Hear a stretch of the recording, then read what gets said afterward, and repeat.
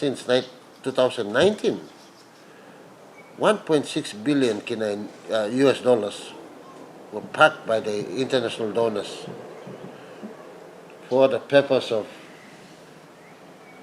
upgrading the power grid and also trying to salvage the company from insolvency to improve its operational efficiency so that it could start collecting. We're still having blackouts today as we speak.